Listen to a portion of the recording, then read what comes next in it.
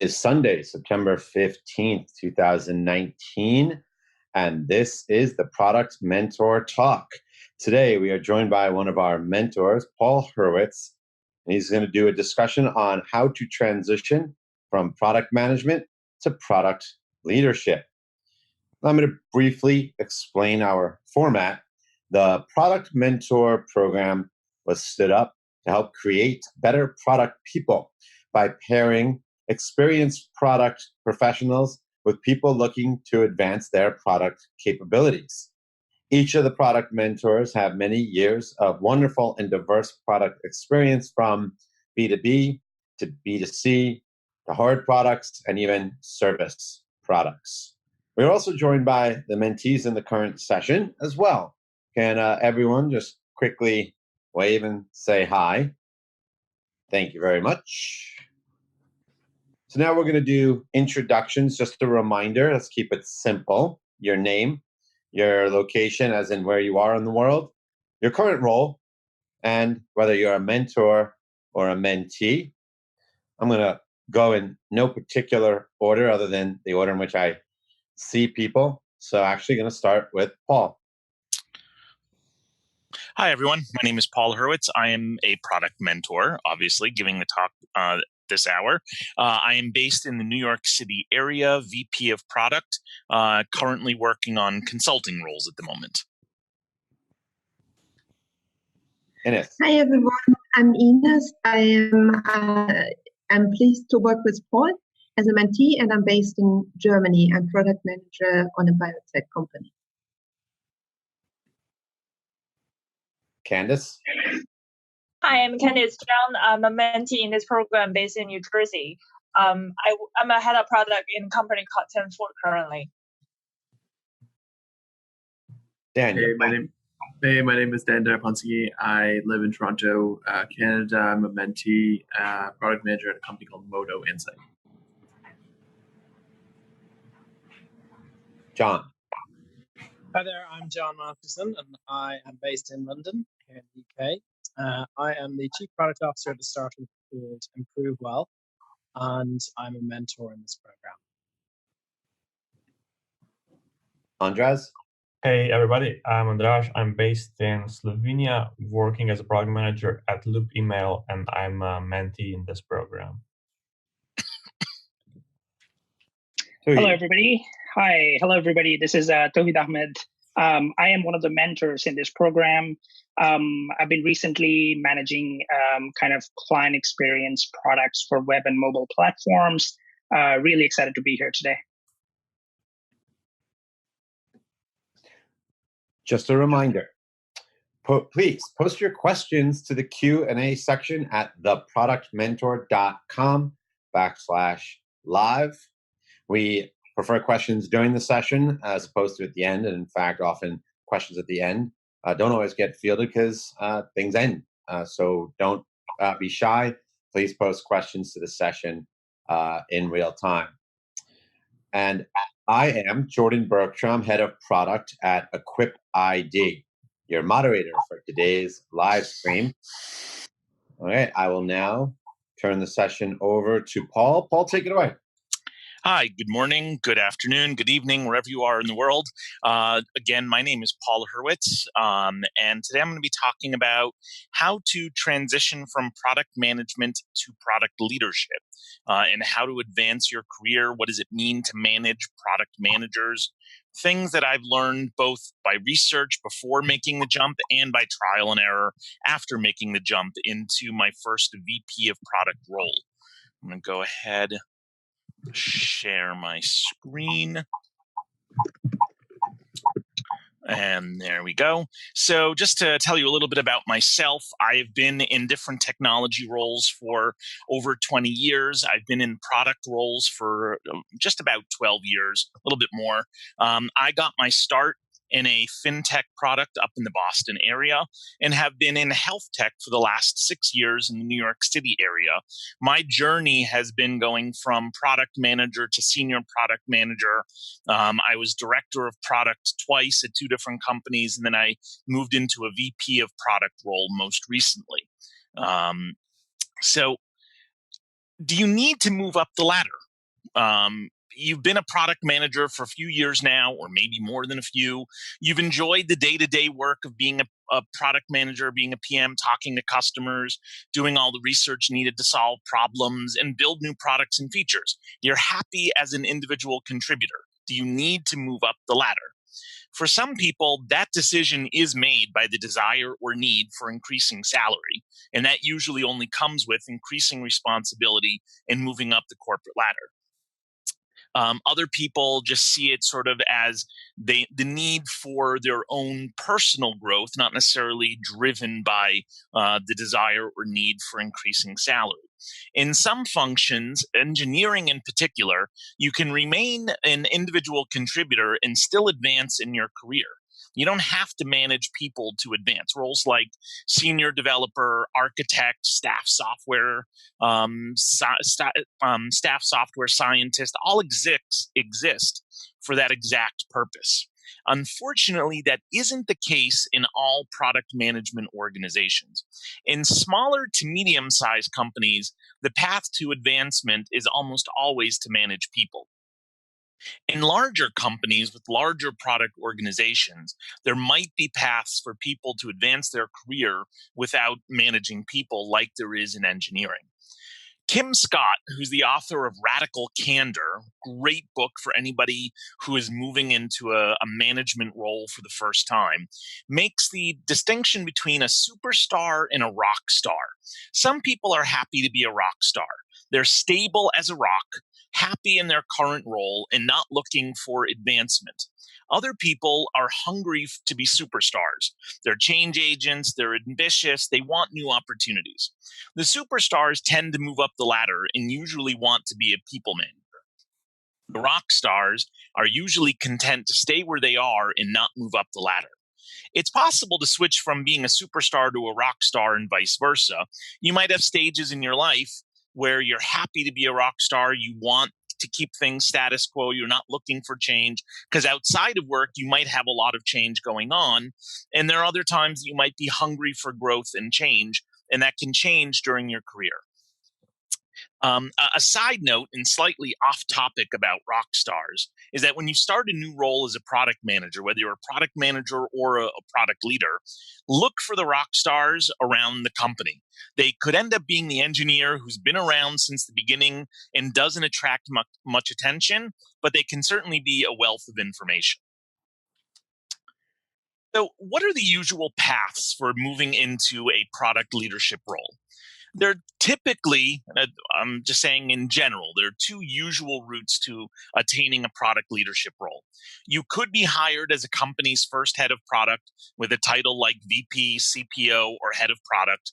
They might have a few product managers already and are looking for a head of product to lead that team, or you could be the company's first product hire.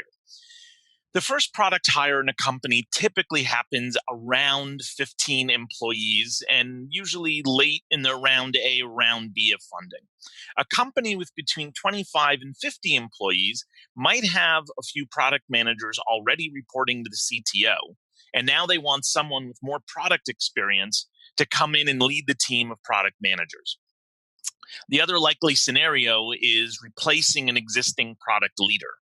I found in my own searches as a first-time product leader, it's likely easier to get hired into a smaller company that is growing as opposed to a larger corporation or company, especially if you don't have experience directly managing people yet. When you are hired as a company's first product person, whether as a product manager or a head of product, something to keep in mind is that when you're the first product manager, you are usually taking on the product role that was previously run by the founder of the company. And this is something you might want to suss out during interviews, is how much that CEO or CTO, whoever the founder is, how much control that person is willing to give up. You could end up in more of a role where you're executing on the founder's vision instead of truly owning the product vision. And it could take some time to win over the trust of the founder to truly leading product for the company. So that's just something to keep in mind. So I want to talk a little bit about concerns and challenges about moving up the ladder to being a product leader. In March of this year, Rich Mironov, who's a product management consultant, an interim chief product officer, and a thought leader in the product space, conducted a survey on the top questions and concerns that product managers have about getting promoted. The next few slides are going to talk about the top 3 areas of concern expressed in the survey results. The top concern was knowing what exactly product leaders or even a product manager's immediate managers do. I'm going to get into more detail on that in a few more slides, so hold on for some thoughts on this concern. Going on to concern number 2, one of the biggest challenges that you have when you move into a leadership role is that you are transitioning away from being an individual contributor. This can be a hard transition for some people, harder for others more than others. And you're concerned about not keeping your hands dirty. Product managers like the stuff that they work on. So when you move into a product leadership role, you're worried about not doing the day-to-day stuff that a product manager does. You're concerned about how far removed from hands-on product management your work you will be. How do you give PMs autonomy and not make yourself redundant? But you still want to be a product manager, but you want to have more influence. All of these are valid concerns, and all concerns that I had when I moved into a leadership role when it comes to giving up direct individual contributor product work. Being a product leader can be just as rewarding as a product manager, but in different ways. Product leadership is a chance to nurture and mentor people in groups instead of individual products. Being a product leader is also a chance to affect company-wide metrics for product, not just individual product metrics. And I'm going to talk more in a little bit about strategy and product vision and the influence that a product leader has on those. You may not be getting your hands dirty and gathering intelligence to develop individual products, but a product leader plays a valuable role in looking at the bigger picture. Every company I've worked for breaks down their products into multiple areas of focus. Even if it's a single deliverable, they might have broken it down into multiple products with quotes in multiple teams. At one company I was with, they had a single platform for clinical trial data analysis, but they broke down the product into the stages of data analysis, data input, and then results and output. So even though it was one website, one platform, it was broken down, and many companies do that. That being said, a product manager is going to be most concerned with their product and prioritizing their problems to solve and features to build independently of everyone else. It's the product leader's role to make sure there's portfolio alignment, to make sure that resources are being appropriately prioritized across all products, and to make sure that all product decisions align with company goals. That being said, you still want to be up to date on details of what your team is working on. Not only do you need the clarity of details so you can share it up and across the company, but you also need to know details of what your product managers are working on so that you can help your product managers to make the right decisions and work through complex problems they might be having. Number 3, how do I move into a leadership role? How do I make that jump? Good managers should have your best interests at heart and will be open to give you open and honest to give you feedback on what areas you might need to work on and what opportunities there might be in your current company. Having an open and honest discussion with your current manager, knowing that there might not be any leadership roles currently available in your company, is the place to start. Tell them you're looking to advance your career and that at some point, not immediately, you would like a position like theirs, and ask for feedback on what areas they think you need to work on. Managers don't want to be blindsided by someone's desires for career advancement, so they should be willing to have this conversation with you. If they aren't, it might be a signal that it's time to find a new manager. You might get lucky and be able to move up in your current company by demonstrating your skills and talking with your manager, but it's possible you will only get the opportunity to advance and jump into a new company.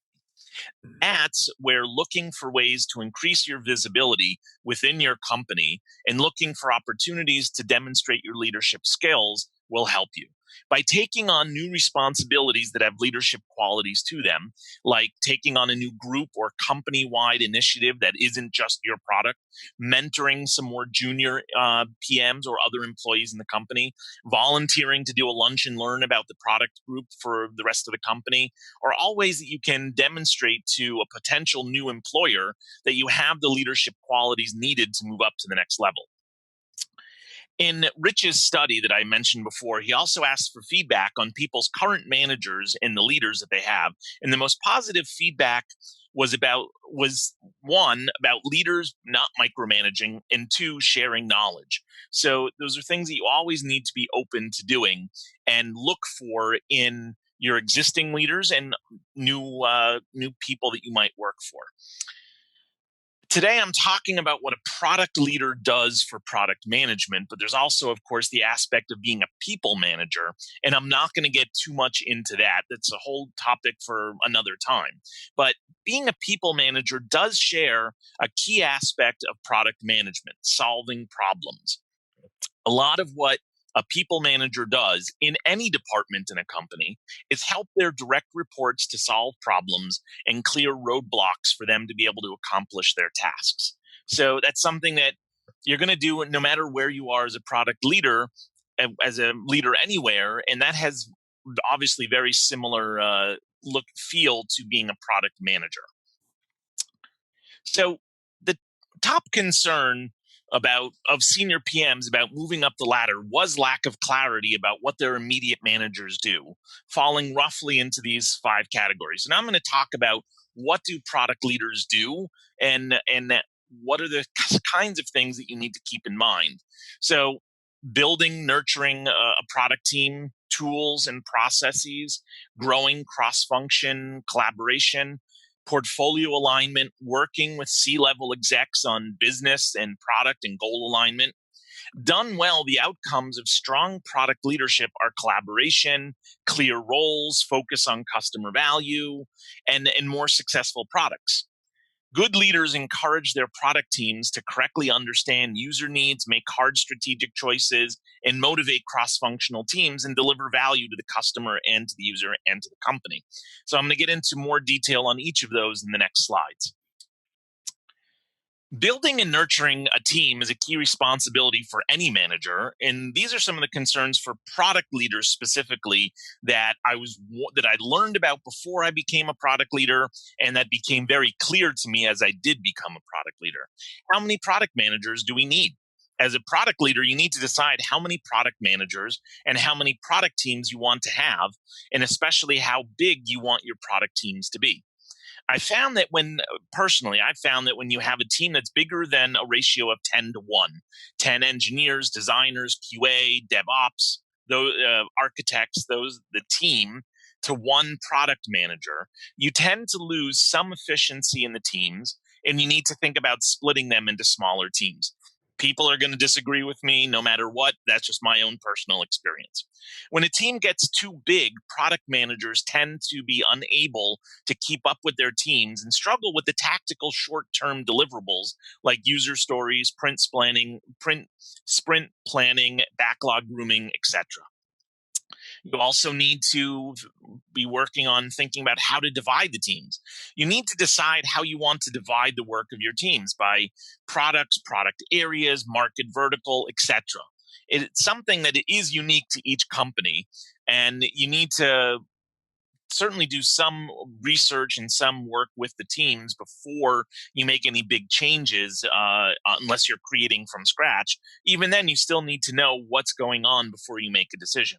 And the team structure can certainly change over time, but it requires knowing your company and what the best team structure might be for the company. And another aspect is certainly a hiring strategy. How to hire a product manager is way too big of a topic to discuss here. That's a full topic for another talk. But I'll point out a few things here that I feel are particularly important. You need to decide what your team needs are. Does it need Do your teams need experienced, more seasoned PMs to guide engineering teams that might skew towards the junior end? Do you want bright-eyed and bushy-tailed junior PMs that you can mentor in your own style? I personally have found that having a mix of both is usually best. The two things that I tend to look for when interviewing PMs are making sure that a product manager seems to be a curious person and eager to learn. And the other is that they're problem and customer oriented. Are they, do they keep their eyes on the prize by focusing on customers and solving their problems? And can they learn new domains quickly? And that's something that only they can talk to and prove to you by their past experience. Part of hiring and leading a team of PMs is coaching and mentoring. That's one of the things that this program is all about. Any leader in a company, though, needs to help each member of their team get their work done in the best way and grow both personally and career-wise on your team. The knowledge and experience you need to coach and mentor members of your team only comes with time and by being a manager or a leader. And by the time you get to be a manager or a leader, you should have knowledge and experience that you can share with more junior members of your team and make that possible to coach and mentor them. The second area that a product leader needs to really focus on is tools and processes. A product leader needs to define the metrics by which their team is measured, as well as how each product manager and team is measured. There are different ways of doing this, and product mentors have spoken about this in the past on best practices regarding metrics, OKRs, and things like that. It's something that you need to decide what works best for your team. The important thing to remember is to measure based on desired outcomes, not delivered output.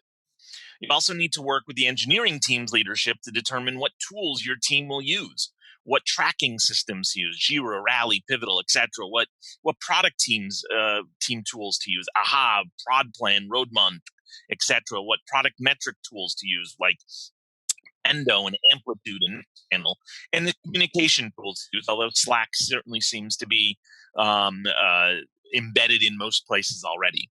Some of these things might be in place already, but you need to decide for your team needs what tools are best. Product managers usually have lots of responsibility, but little real authority. So you have to grow your cross-functional collaboration within your company. Product managers and leaders need to lead by influence, and they don't have authority. That influence and cooperation has to be grown across all functions in your company: engineering, design, QA, sales, marketing, customer success, IT, DevOps, etc. As product leaders, we have to help foster cross-functional collaboration to help ensure that teams work well together.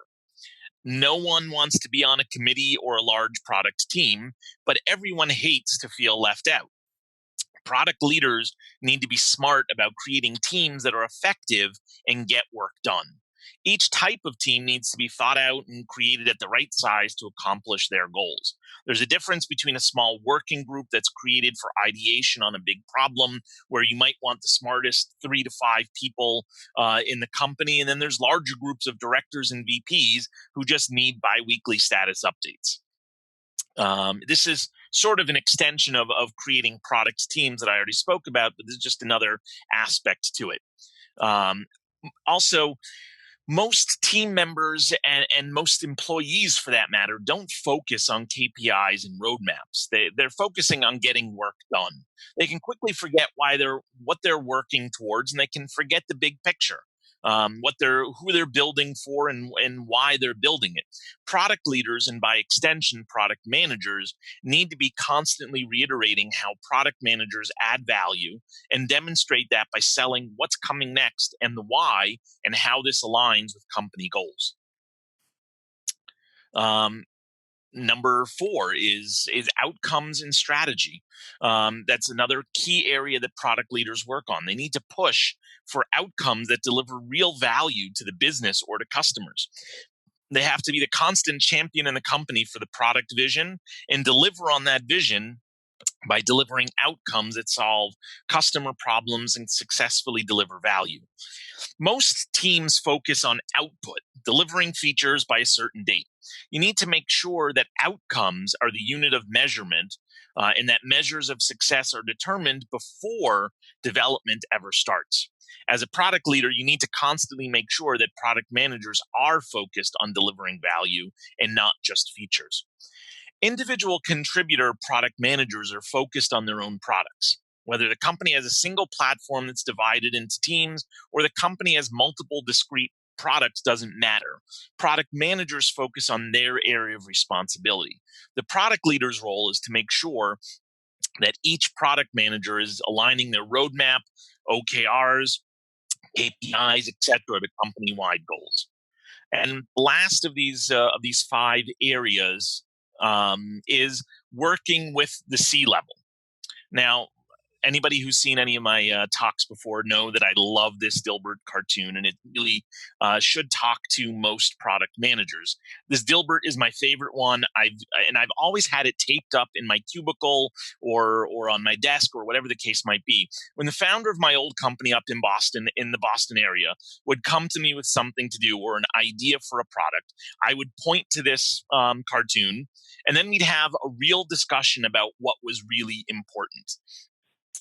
Because he would just often try and heap things on, not knowing how it was going to affect everything else. So product leaders need to push for ruthless C-level prioritization and to ensure that all of their executive peers see the bigger picture. The thing to remember is that every stakeholder you speak to thinks that their ideas or features are the top priority, but your goal is to find out what the real priorities are. That top priority might be a golf course deal by the CEO or come from an endless stream of requests from other executives like, can't we just, or how hard is this?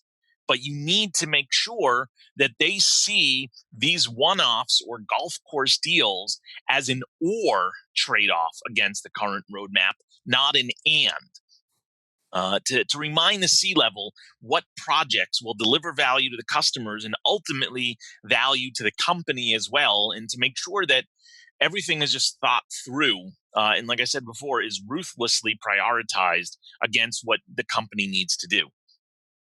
Many times departments in a company are incorrectly incentivized in ways that are not aligned and sometimes conflict with each other. Professional service teams are incentivized for booking more custom work, but engineering and product are trying to reduce one-offs and specials. Support being measured on call duration or tickets closed instead of problem solved. Product is in a unique position to sort of act as a mediator between all of these teams to try and reduce these misalignments between the different teams to work towards the company's goals. And a last area that I'll touch here is product teams need to be the economic voice of the company and ensure that someone is focused on the whole product portfolio and what is providing value and what isn't. Product leaders need to drive the decisions on when to approach a new market, sunset an old product, and how to most optimally solve customer problems. A few other things that product leaders tend to do that are very important, but may not be the things that they focus the most on. And if you think you attend a lot of meetings now, that's nothing compared to how many meetings you need to attend as a product leader. Weekly one-on-ones with direct reports and your manager, whether it's a CEO or CTO, are a staple. But there's also executive team meetings, company all-hands meetings, portfolio alignment, and many other kinds of meetings that you'll end up attending.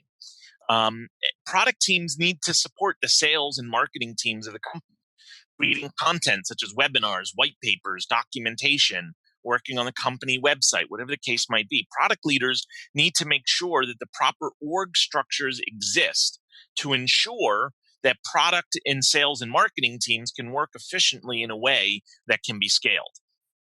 And interactions with customers change a lot when you're a product leader. They certainly don't end. Just because you aren't an individual contributor doesn't mean that you stop meeting with customers. It just changes. It's more strategic, roadmap discussions to support major sales teams, keeping tabs on the market, and validating big strategy decisions. So here are just some of my early lessons learned from my own transition to being a VP of product. Most recently, I was at a hospital technology company that builds interactive patient systems for hospitals. Number one, learn from your mistakes. Anytime you take on a new role, whether it's leadership or not, you have a honeymoon period. You need to prove yourself that you were the right hire, but you also have some leeway to make some mistakes and to ask questions. Make sure you ask a lot of questions, but make sure that you learn from your mistakes if you do make any. Ask for help. Product managers go to their product leader for help working through complex problems and for mentoring. When you get to be a product leader, you might think that you should stop doing that and that you have nobody to go to within your own organization. But you need to make sure that you ask for the help that you need. Now, that might be internal in sitting down and talking with the CTO or other C-level executives, or it could be an outside peer, that a friend or somebody that you've worked with in the past that you can talk issues through and bounce ideas off of. It's important to ask for help when you need it, wherever you can get it in a way that makes sense. And lastly, it's your job as a product leader to focus on the 50,000-foot view, the big picture. But you also need to know the details, like I said before, so that you can help your team work through complex problems and make the right decisions. Switching from an individual contributor role to a leadership role is certainly a change in perspective and priority as well, in your priorities. And you have to recognize that being a manager, it's a skill. It's not a talent. It's something you have to learn. You have to keep focusing on and keep learning and make yourself better. And this is as important as the hard-won skills that you need, that you earned when you were an individual contributor. Learn how to be your own manager and make them your own, and just make sure that you keep growing as a product leader. Hey, Paul. Yes. We do have a question from the audience, so let me shift over to Candace as a question. I actually have several questions, and I will just ask them one by one. So for one, in the your section talking about how to work is the C-level, or the senior management level. So do you have a device on like a more, specific example, as in, let's say, when you have multiple C-level or higher level executive want to have their own influence or even a little bit control in the management team, but with a little bit different opinions. So how would you trying to solve that? My answer to that is a product manager, and certainly a product leader. You have to have a strong backbone. You have to be willing to step on toes a little bit. If you've got your peers on the C-level executive team, or even they might be higher ups if you're, maybe you're a VP or a senior director or something like that. You need to be willing to stand up for what you believe is correct. And if you've got two different executives that have two different opinions or two different ideas, you need to sit them down and talk it out. One thing, I read this once about how product works at Dropbox. And I've tried to bring this to my own work as a PM, is making sure that at every step you get buy-in from everybody. So when you're talking about, okay, what problem to solve, make sure that everybody signs off on the problem that you're solving. And that might involve some discussions and getting people to change thoughts and come to agreement. Then get everybody to agree on how you're going to solve the problem, and then come up with a product solution to solve that problem. So you've got to set the right level of expectation of what is and isn't possible. And one thing, Jordan, you've heard me say this before.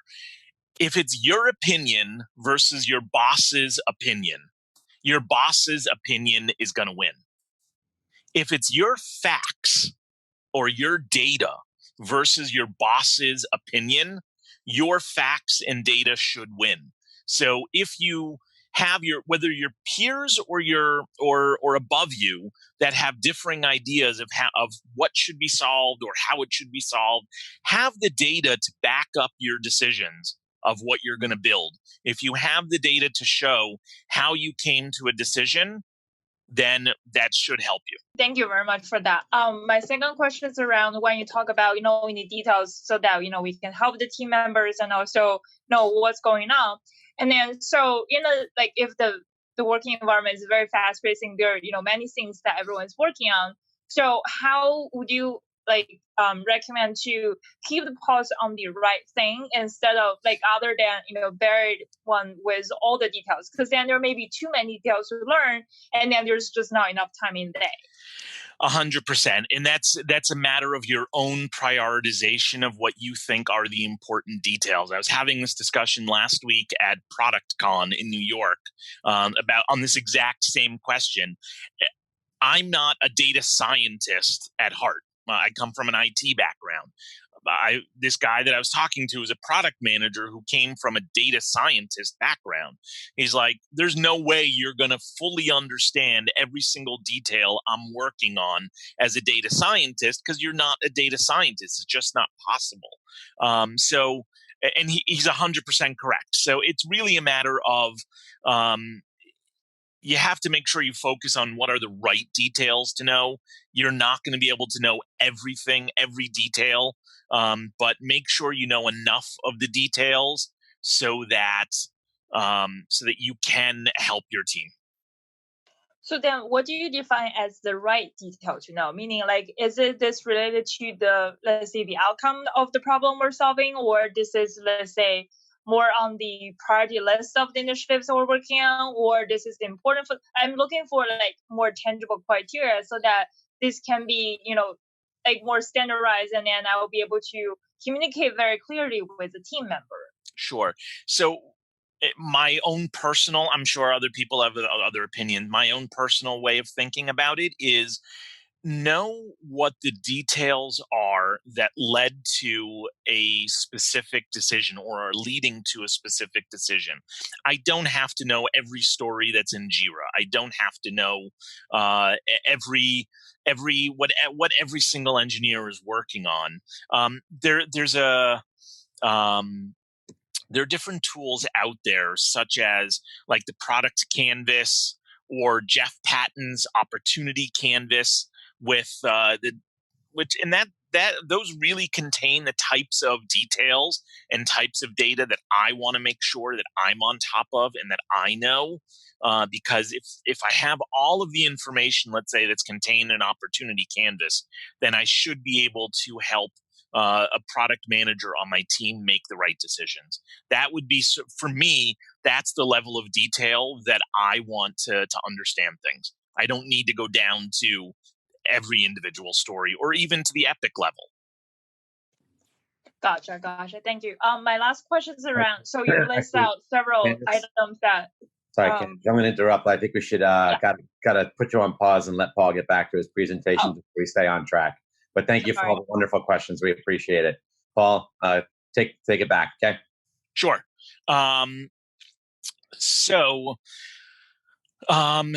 This is just something that it's a quote that I saw that really spoke to me as a product leader. A product leader is ultimately responsible for the success or failure of your product. Hang on. You're not seeing my screen. Let me go back to sharing. Sorry. This slide, this quote: a product leader is ultimately responsible for the success or failure of a product, and by extension, the company itself. And that impact cannot be underestimated. So, being a product leader is a crucial role in a company, and in the success of everything that you do. Really affects everything in the company. So just an idea that I saw and really spoke to me. And that is the end of my presentation. My email address, my LinkedIn profile here. Feel free to contact me afterwards, but that's it. Thank you. Just to know the context, I started when we were 6 person on the team, and I was the only product person actually. And today we have 21 people just on the product team. I'm in charge of them, but I still have problems dealing with my CEO's ideas about what we need to focus. So I know that the data should be the answer, but sometimes data is not enough. So there is something that I'm not seeing right now, or there is something else that I should do to I don't know, to have her yes in some things related to how we need to focus in this quarter, for example. Sometimes she wants to focus in, I don't know, 10 things in one quarter, and that's not possible with the team we have right now. Okay, so there could be a very long answer to that question. What I think it boils down to, if you're talking about as a company, how do we focus, you really need to make sure that the company has a mission statement and a product vision. And make sure that everything that you do guides towards both of those. If you're talking about at sort of a more a lower level, and you're talking about, okay, what are we focusing on this quarter? That's a prioritization exercise that has to take place of what is a higher priority. And you know what? Sometimes CEOs make golf course deals that you have to cash the check on, and you just have to do. Sometimes there's just no way around that. But like I was saying before, you need to even the CEO of the company. I'm not a person. I don't shy away from pushing back.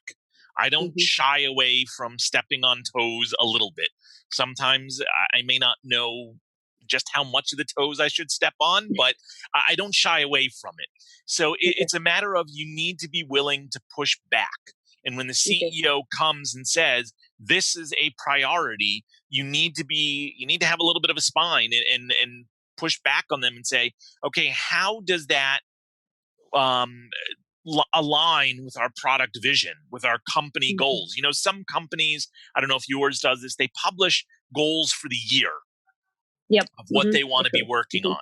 And Jordan and I both worked at the same company a number of years ago, where everything, there was the company goals for the year, and everything that every team did, especially the product team, had to align to one of those company goals.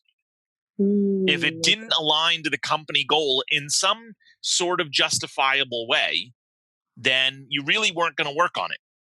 So in your situation, if you've got something similar, if your company has company goals for the year, then everything that you're working on should align to those company goals. And if your CEO comes to you and says, I want to work on this, ask them, how does that align to our company goals? Ask them just because they say they want to work on it doesn't mean that they don't have to justify it. Ask them for their data on why they think it should be worked on. Let them convince you that it's something that you should work on. But it's obviously going to be a two-way conversation, but there should be data on both sides. Yeah, that's the thing.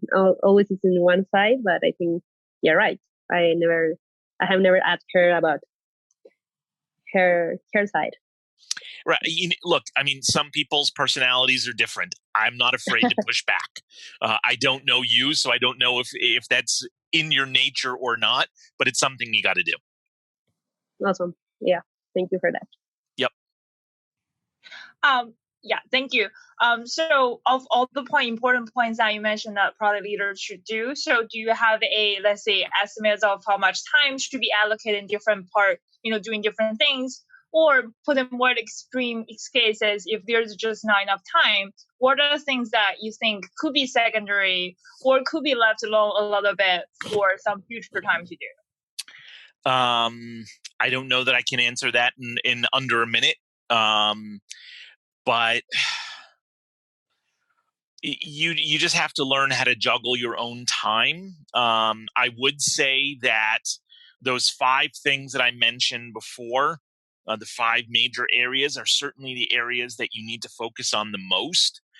If you're coming into an existing company as a product leader, probably how the teams are organized and who's on the teams and whatnot might be something that you can put on the back burner a little bit. Get to know the market, get to know how things are working, grow the cross-functional collaboration first, and come back to that when you have a better handle on the company. Things like what tools to use, that can certainly take a back burner if there are already tools in use. I would say you just have to realistically think about what's most important. There was an interesting article that was just posted on Medium not long ago.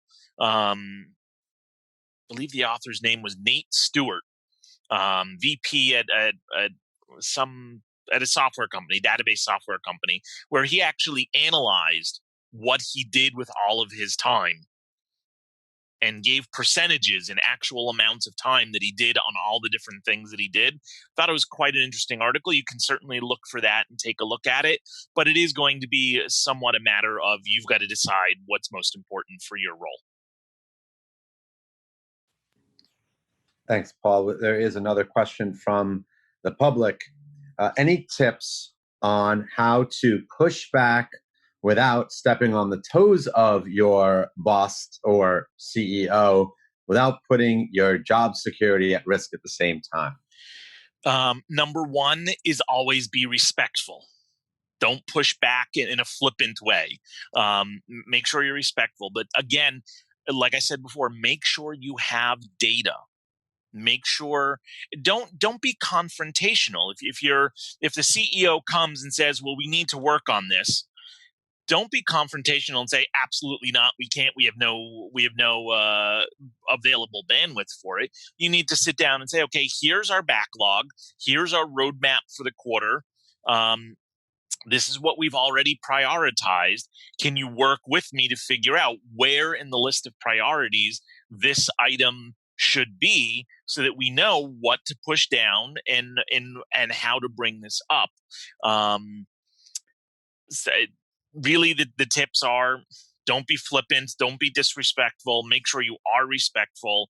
Make sure you have the right data, and ask them in a good way for their justification of, if they say, "Oh, let's say you've got a list of 10 things that you're working on for a quarter and they want this to be thrown in." You have to show them, okay, this is the list of 10. Show me where this should go in the list of prioritization, and tell me why you think it should be prioritized in such a way. Those are really the things that I would say. Look, part of not being afraid to push back is, for someone like me, is I can get a little hot under the collar sometimes. And so you have to work at it to make sure you don't, and to make sure that you do it in a productive way, not in a confrontational way. As always, the presentation will be posted to our SlideShare channel. And a big thank you from me, Jordan Bergstrom, Head of Product at Equip ID, and to everyone else who joined us today, and the Product Mentor. Don't forget, if you happen to be interested in being a product mentor like Paul, visit theproductmentor.com and sign up today. We are always looking for qualified mentors to take on the various mentees we have in our long, long waiting list. And if you happen to be looking to fill a new product job with a great product person, visit our very own free job board at theproductjobs.com.